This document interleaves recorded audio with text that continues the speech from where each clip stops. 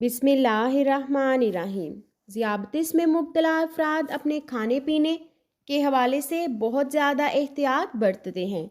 जहाँ ज़ियाबतीस के मरीज़ मीठा खाने से परहेज़ करते हैं, वहीं इन्हें मशरूबात के इस्तेमाल से भी मना किया जाता है।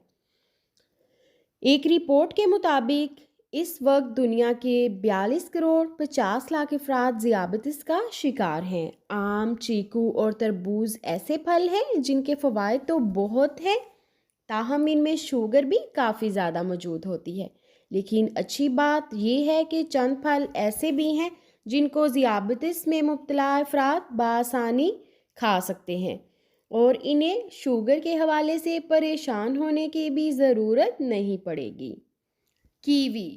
कीवी नहायत मज़ेदार फल है जिसमें विटामिन ए और सी दोनों मौजूद हैं। कीवी खून में शुगर की सतह को बढ़ने नहीं देते। आड़ू।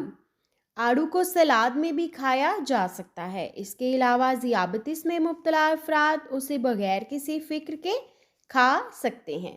संतरा। संतरे को भी ज़ियाबतीस के मरीज़ों के लिए फ़ायदेमंद फल कहा जाता है।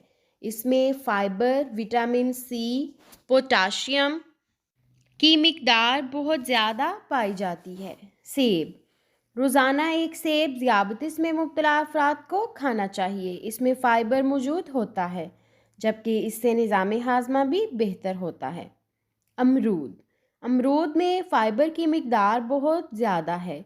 ये ब्लड में शुगर को बढ़ने नहीं देते और हाज़मा को भी बेहतर बनाता है। उम्मीद है कि ये वीडियो आपको पसंद आई होगी। वीडियो पसंद आई हो तो प्लीज़ चैनल को सब्सक्राइब, वीडियो को शेयर और लाइक करना मत भूलिएगा। Thanks for watching. अल्लाह हाफिज़।